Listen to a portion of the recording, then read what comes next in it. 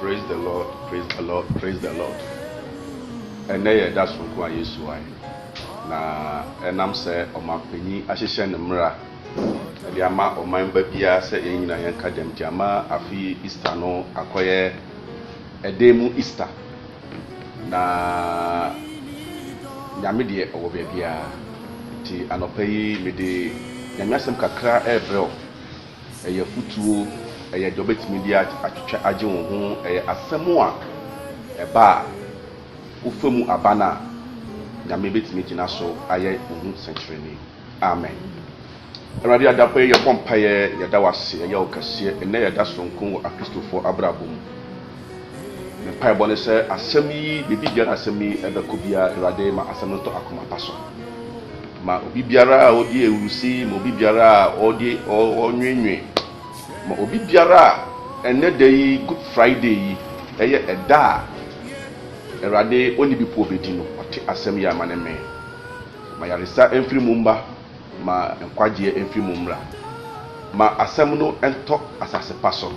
ma asem yi ento akoma paso ma asem yi emfifi na emma obi biara akoma ento ne yem ewo Kristo di. Amen. Anope masem ne say the journey to the cross for man's salvation. Akwantu a ye de call cross no so ewo enkwaje mu. Anope masem a me fan me fafi Matthew 26:14 and then 16, 14 to 16. Na yabeti emu ensem. And say Matthew chapter 26 verses 14 to 16.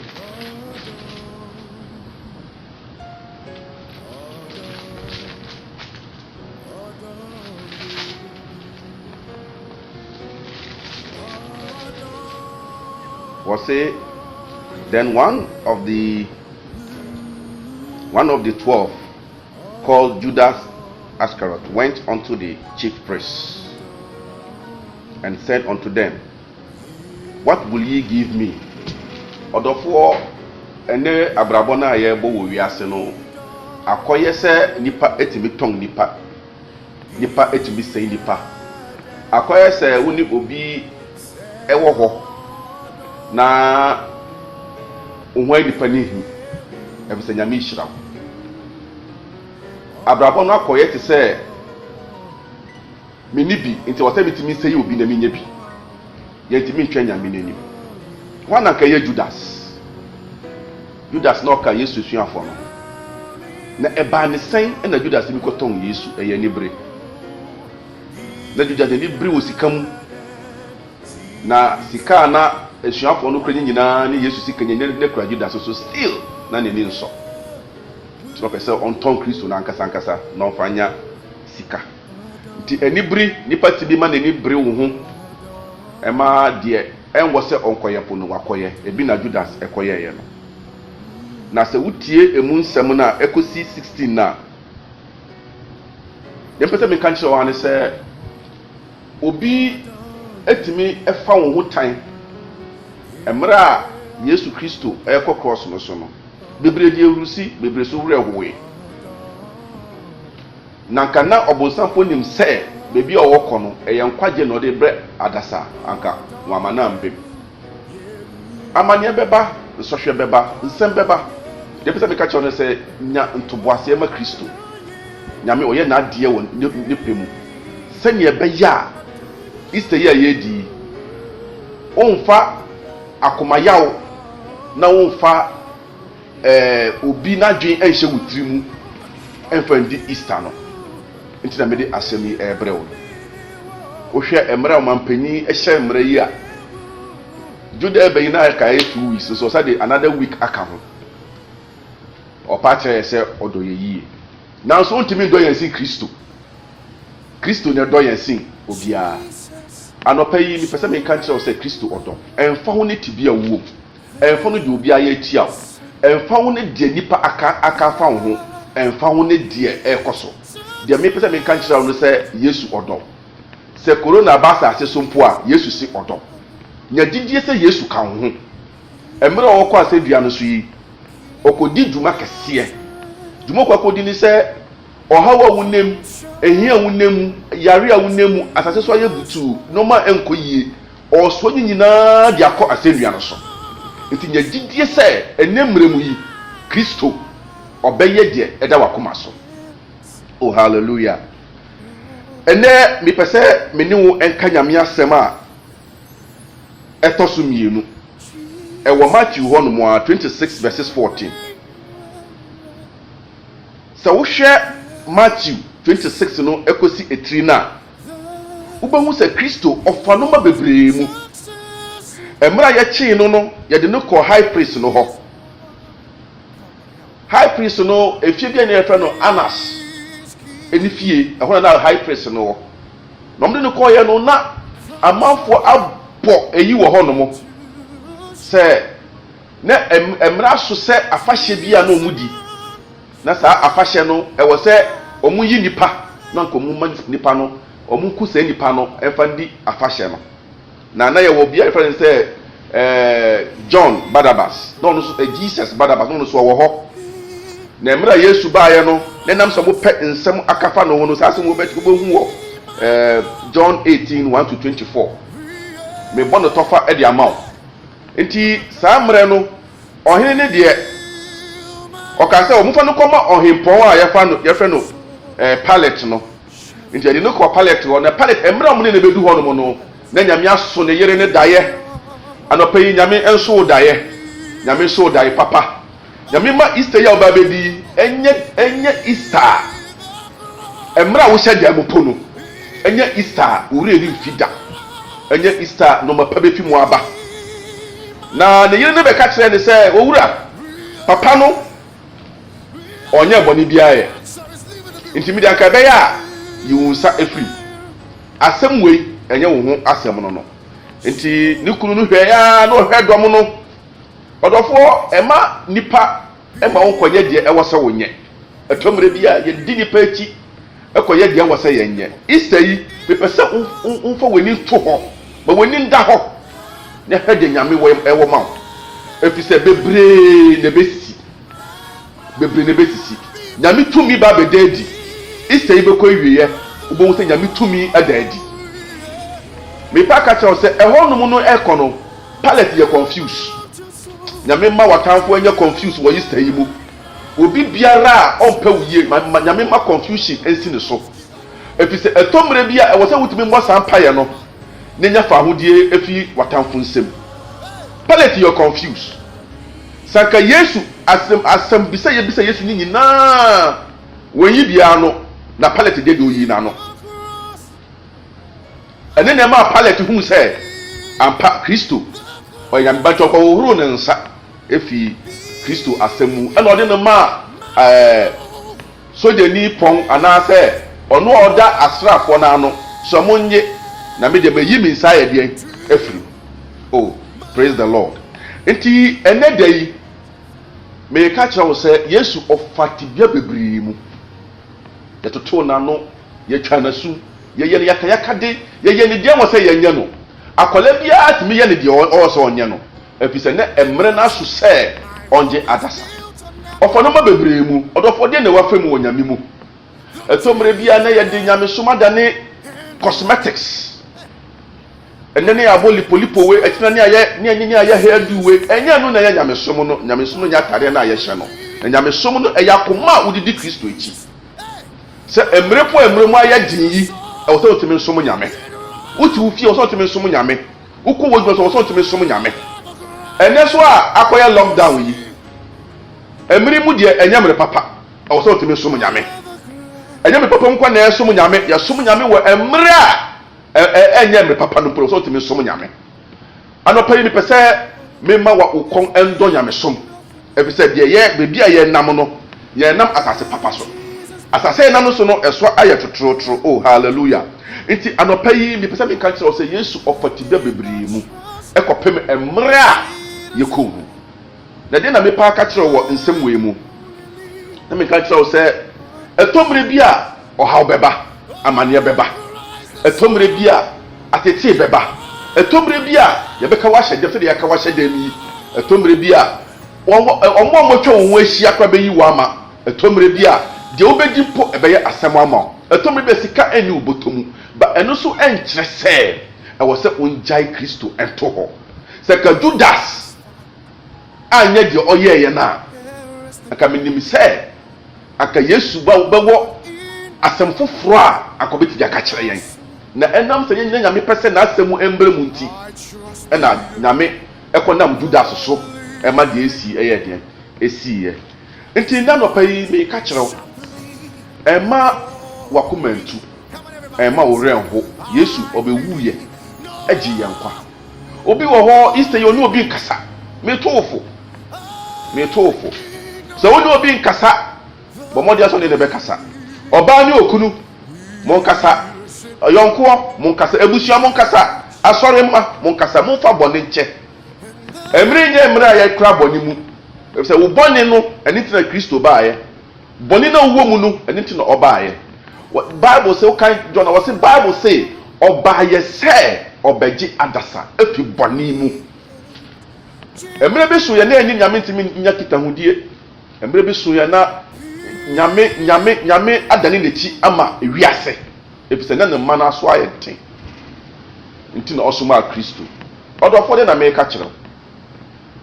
dien na aba ubuofu yonko a oni na ya aka dien na nipa na yo bone be ya na nipa na yo se wo ku nipa mpo a jaano ko na oni no enkoye baako o kan Bible a edu baabi na omo ya asore de banse obi eni obi enkasa no ko se okoma offering hono no ena won konkro fa osopus ka chere se onko dechi na nia oni ne nkata ko no ne ko ye baako ansana abema offering no odofo iseyi e wo se ontimi eni onumu a oni omu enkasa onumu a oni omu flow onumu a oni omu tese munni hweye no enam se 1 or 2 things bi aba muntemunti no Easter we fa Easter no so na oni omu kokasa fa Easter no so no omu koya baako fa Easter no so ne fa bone eche efise wo a wudi wa no wonya kronkron o se bone bata wo ho nti fa Easter we mu na oni obia enye fine se ne be ya Kristo ni wo no obewu ye no ebeje yankwa no ye benya ho fasodie se yanye ne saa de se de obeye ni nyina no oye no kwa de obeye ni nyina no amfa mfaso bi anye de amreye. Praise the Lord. Now uko Matthew 27 verses 11 to 35 now ubohu at the account of Christ nyoma wo fe mu senie ahemfo no yeye senie asojafo no yeye senie omde no ko asenua no so nyoma esisi ye ekopem emre a owuye ene ne soriye mu odofo enam se yeye asafo a emre hyeja eni ho santino bebodi nyina atofa kakaka krama wo Bible a na wabie na wo so wakan wo fie na wo sua nia Kristo afemu nyoma esisi ye enti ene ya Good Friday me fa kwenya iso na me the various headings no e de abrew na wo so wanya kwan if say lockdown ko ba bia ya botrema Bible no ne sua untimi kenkan a wonana no mo ne wo ma no ma po school no mo mo kenkan ma no mo nkyere wase o amen enti wo hwe 27 Matthew number chapter 27 verses 11 to 65 wo hwe 11 to 26 na was it Jesus before Pilate a honeymoon a Pilate any Jesus e kasaye na obisa Jesus nsem bebre Jesus eyi na no na edu ba bi no Jesus yi na no say senya wankasa wo ka no saa na tie na wo hwɛ from 27 to 31 a ɛne yɛ emra asogyafoɔ no tama pallet ɛwo horo ne nse free Jesus ho kasa me deɛ musuo we deɛ me deɛ me nka ho bi a ɔde ɔmo ma asogyafoɔ no nyoma asogyafoɔ no yɛ ɛsere ɔmo sere no ɛboro ɔmo bo no yaka de ɔmo yɛ nyinaa no wobɛnya wɔ 27 to 31 ɛna sa woba emre a yɛbɔ na asɛnnua no so a wobɛnya no wɔ 32 to 44. That is the same Matthew from chapter number 27 verses 32 to 44. And then ni wuo mu so no wobɛnya wɔ Matthew na 27 na 45 to 56. Na emre a yɛbɔ na asɛnnua no so no Bible say wiase ɛyɛ sum ɔdɔfo esum bɛ na wonamu Easter esum bɛn ɛna aba wo kwan so esum aba wiase esum aba wiase na coronavirus na menim sɛ Easter bɛkɔ wiye Kristo bɛma na nsa so efisɛ ɔkawase bia no so sɛ yareɛ ahodoɔ yareɛ bi a yɛ yareɛ wɔne Kristo ɔbɛsa yɛ yareɛ na me pae bɔ ne sɛ ɔbɛsa ɔman bi a yareɛ no asa asase so yareɛ efisɛ asase a wɔ wiase nyinaa yare coronavirus sei na yɛn pae bɔ ne sɛ Easter bɛkɔ wiye yi na Kristo wama na nsa so nea ɔka wɔ asɛnnua no so sɛ bɛwie no na ɔne corona so ayɛ deɛn ɛwie ɔdɔfoɔ wiase anyɛ sum kɛkɛ Bible say efiti 12 o'clock ewia ɛkɔpem bɛyɛ 3 p.m. na esum ɛde wiase 3 solid hours sum na wɔ wiase mepa bisa deɛ na ato wohu sum da wohu esum da ɔdɔfo hwɛ nya nto yɛ bibi anya maaye deɛ aba na wohu ni nyinaa no nyame wo hu tumi ka wakoma to yam esum deɛ da wabrabɔ so deɛ nyame bɛyi afiri hɔ isa ibɛkɔ wiye no nyame ɔbɛsakra noɔma ɔbɛma asase so wiase asase so nyinaa bɛyɛ fɛfɛɛfɛ ɔbɛma yarewa ahodoɔ a ɛwɔ asase so nyinaa bɛkɔ na sɛ wo kan the book of Psalms a Jesus quoted the book of Psalms emra no wɔ asɛnnua no so no wo kan the book of Psalms a wɔ se ewurade adɛn na wapaw me Psalms na kyerɛ sɛ ɔno bɛfrɛ nyame wɔ ahohia da mu no obɛgye yɛn so ɔdɔfoɔ anɔpa yi wasu afrɛ nyame nyame sɛ frɛ no na ɔgyina wo nkyɛn ɔbɛgye wo so wo a wofa wo ho ma Kristo so bɔ mmɔden sɛ Easter yi wode ho bɛma Kristo sɛ bibi nti wahwɛ aseɛ ɔdɔfoɔ sɔre na ɛmmerɛ ni hɔ ma wo ɛmmerɛ no ayɛ tia ɛmmerɛ no ayɛ bia ɛkyɛ sɛ ɛnkyɛ Kristo ɔba bebi a wahwɛ ase biara sɔre gyina wo nan so bebi biara ɛnkɔ yie biara ɔdɔfoɔ sɔre gyina wo nan so na Kristo ɛnkyɛ ɔbɛba fa wo ma Kristo na ɛnkyɛ ɔbɛba bebree feel sɛ corona nti Kristo ɛba da bi asɛm no nya ndu baabi a bɛdu yɛ sɛ asɛm no kɔ baabi a bɛkɔ na obiara te bi sɛ de bɛyɛ wonya excuse na waka sɛ wode mante nyame asɛm nti Kristo ɔbɛba na emre no nya nso ɛnyɛ corona nti na Kristo bɛba corona wɔ hɔ na so Kristo nya maaye na ɛnkyɛ so ɔbɛba nti de me paka kyɛw ne sɛ boaboa wo ho ne fo ho ma Kristo sɛ wo yɛ obi a onje nyame ndi a ɛwɔ sɛ wo emu wotimi ndi nyame ndi efte nyame twɛn ama doctorfoɔ nursefoɔ ɔman panyinfoɔ nimdi ɔmo nyinaa ɔmo bɛnyi nyinaa wie ansa nyame asane ɔmo wie na still anu aduro ɛman a nyame bɛma anu aduro sisi ade ɛkɔ nyinaa yɛ o yɛsei na o ɛnkyɛw yɛsei na sei ma wo so nyame ɛma adwen bebree nanso ayaresa no ɛwɔ nyame nsɛm nyame ɔbɛsa ɔman bi ayareɛ ɛmrɛ no so a nyako abutoyem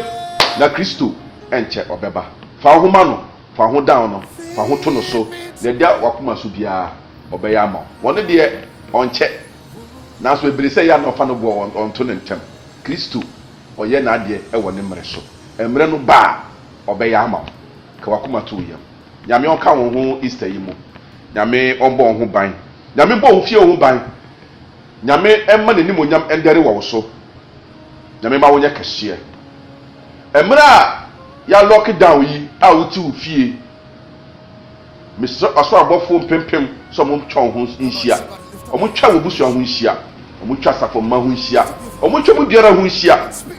anopai obi biara o me voice nyame efa nensa ento so nyame efa nensa enkatam so onse na taban no enkatam so ebusua bia ne oman bia yare wonya yare a obetimi edi Yesu sunku na me wogidie se Yesu obema nensa so emre pemu nyame obekasa ka wakoma tu yam the bompa so se nyame manema ekoma yefa ne ekom ebi ndi ebusuani bia onu mo ton ade ne nasefo bia wo fie sese nyame akasa enye yakoma so ade mai o ma yeduane huhum duane ene hunam duane o hwe ye so no mbo ye ho ban e wo Kristo di amen.